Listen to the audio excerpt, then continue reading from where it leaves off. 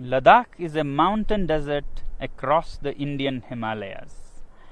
In the rain shadow of the mighty mountains, it's so high and dry that it's often called Moonland.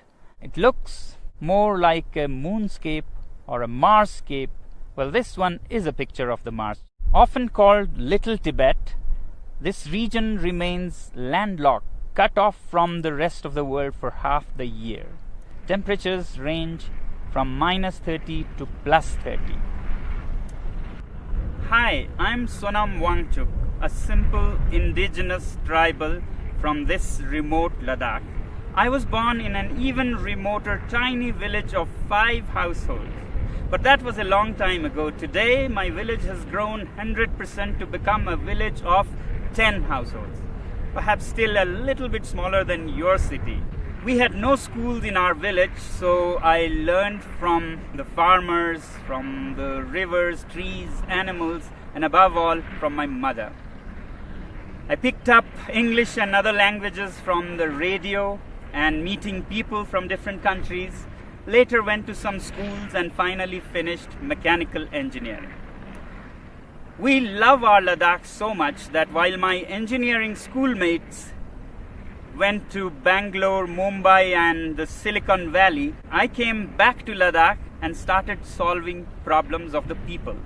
Children's problems in school education, people facing harsh cold winters, and farmers facing water shortage in the face of climate change. I've been doing these things for the last 30 years and the world has been very generous. They have not only acknowledged but admired my work with various awards in different parts of the world. But today I have come here not to talk more about these things, but to share with you a bigger challenge that Ladakh is facing and to seek your support in solving our problem. Yes, you can solve our problem, and not only that, you have the power to even avert a world war. Let me explain how. This is Ladakh. You see the famous Indus River flowing, and over there the dark mountains. Across that are the valleys of Nubra and Changtang, where we share our border with Tibet, which is now occupied by China. You may have heard that for the past few weeks, Chinese army has intruded deep inside Indian territory. This has been happening over years, and our shepherds who raise the famous Kashmir goats have lost a lot of their pastures and are in deep trouble. Now, the Indian army is there in large numbers across those mountains, matching China's soldier to soldier, bullet to bullet. But I don't think that is a solution. Both these countries are nuclear powers, and push comes to shove, India doesn't need all of its 160 nuclear weapons to raise all Chinese cities, and vice versa. And that could soon escalate into a full-fledged world war, World War III. Therefore, I have come to seek your support in solving this. You, my friends, have the wallet power, which in this case can even diffuse a bullet war between different countries. Let me explain how. To understand your power, let's first understand what China is doing and why and when. Although China claims that Indian soldiers intruded into its territory, it could not be a coincidence that at the same time, in the months of April and May, Vietnamese decide to bother China. Taiwan and the US Navy also decide to bother China. And the timing is important. This is the time when the whole world is dealing with the pandemic. Who would even think of border disputes? But one country has serious reasons to do that, and that is China. China, being a totalitarian regime, fears not so much the bullet power of India or the US. What it fears most is its own people. the 1.4 billion people that work like bonded laborers without many rights and enrich this regime, when they are angry, there's a situation for an uprising, a revolt. And today, after the COVID pandemic, people in China are furious with their government for how they handled the pandemic. Chinese businesses are shut, factories are shut, unemployment reaches 20%. And it's time for an uprising. And that's when China picks up fights with several of its neighbors to divert the attention of angry citizens from the economy to nationalism. And this is not the first time China is doing this. From 1958 to 62, during the worst Great Chinese Famine, when people in China were very, very upset, Mao decided to invade India. And now Xi is doing the same thing again. Well, this is the simple analysis of my simple tribal mind.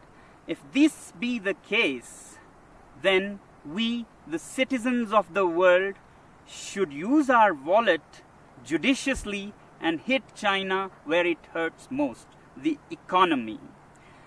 If enough people around the world decide that we will no longer buy Chinese goods and sponsor this regime, then that will see their worst nightmares coming true.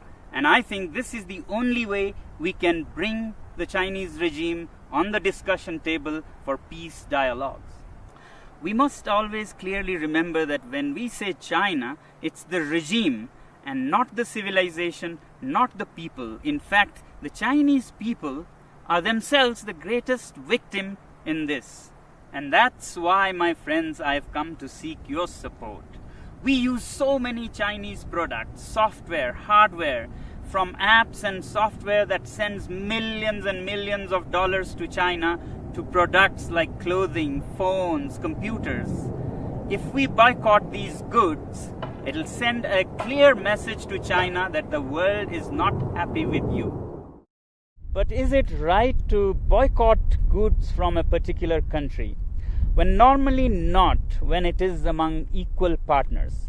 But my simple tribal mind says that China is not a normal country. If the world was a club of peaceful sheep, China is a wolf in sheep's clothing. It doesn't respect the rules of the game. It's a totalitarian regime run by a clique. It's not representative of its people. In fact, its people are just an instrument for its expansionist ambitions. It doesn't respect international customs or bodies like the WHO, and we saw because of its behavior how the COVID spread so much and caused so much suffering. Yet, we, the people of the world, also have double standards. We overlook everything and just want trade with it. In 1947, China gobbled up Inner Mongolia. We were silent. We wanted trade. Later, Tibet, with its 6 million Tibetan Buddhists, were annexed. We were silent. We wanted trade. And then Xinjiang, with its 10 million Uyghur Muslims, were gobbled up. We were silent. We wanted trade. In fact, 60% of today's China is occupied territory. But we overlook that because we want trade. But the biggest victims of this regime are the 1.4 billion Chinese. They work like bonded laborers, have hardly any rights, and if they raise their voice, they disappear.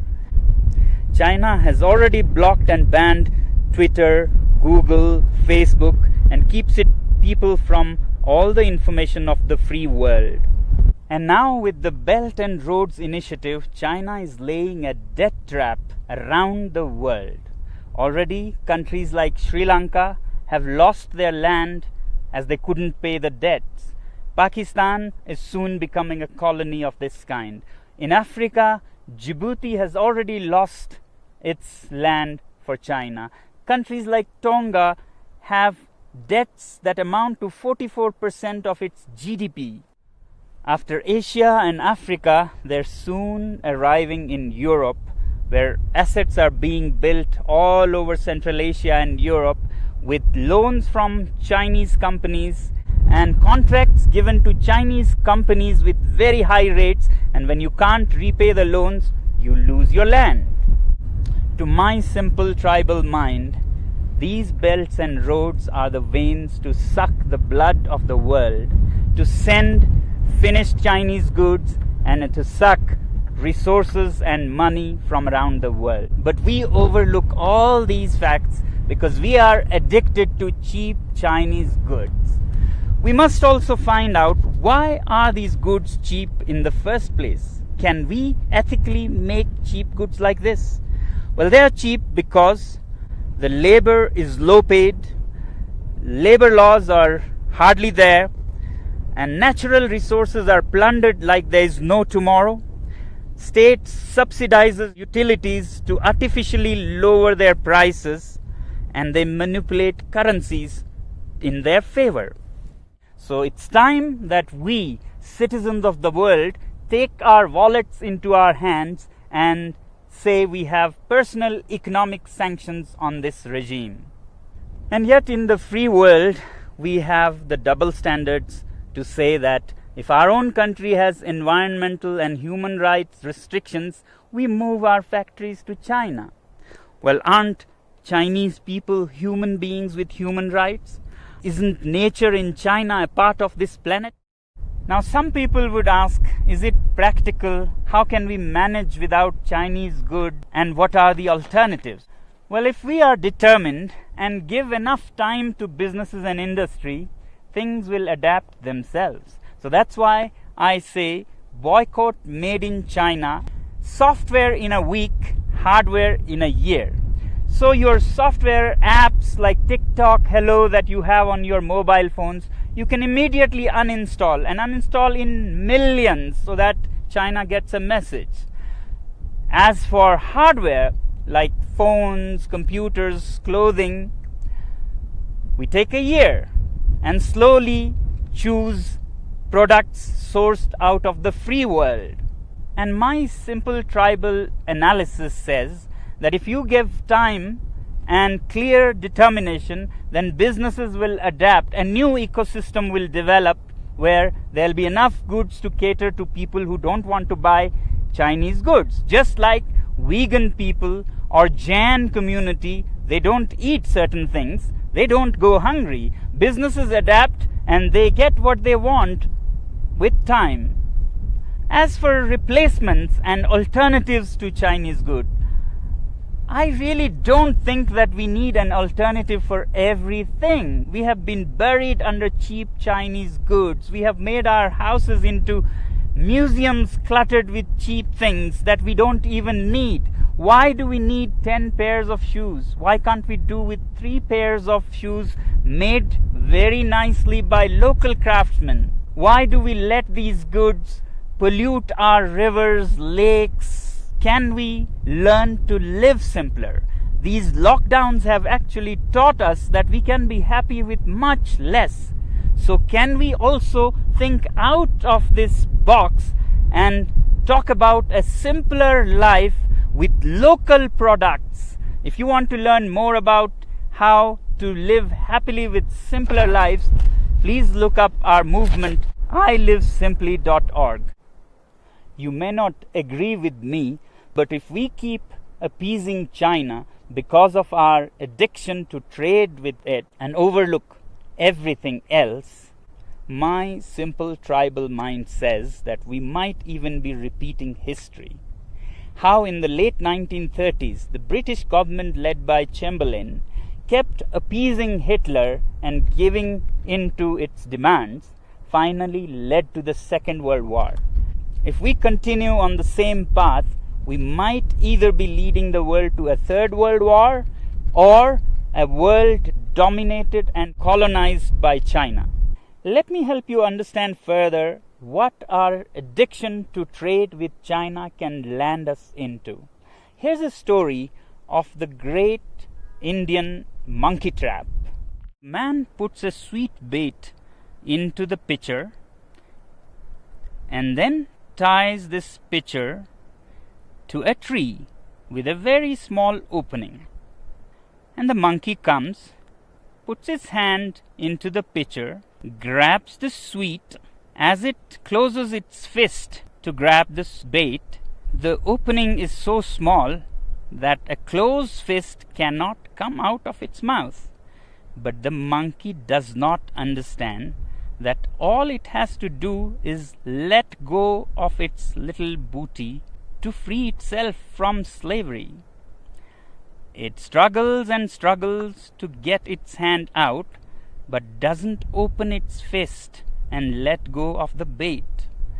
Continues for all night, and in the morning the shrewd hunters come and catch it, all because of its attachment to its booty. I hope we are more evolved than monkeys and can let go of such baits.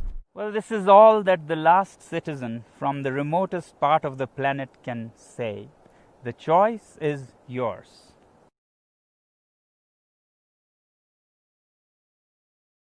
Like பண்ணுங்க, share பண்ணுங்க, comment பண்ணுங்க. மறக்காம subscribe பண்ணிட்டு bell button அமுக்குங்க. அன்பே சிவம்.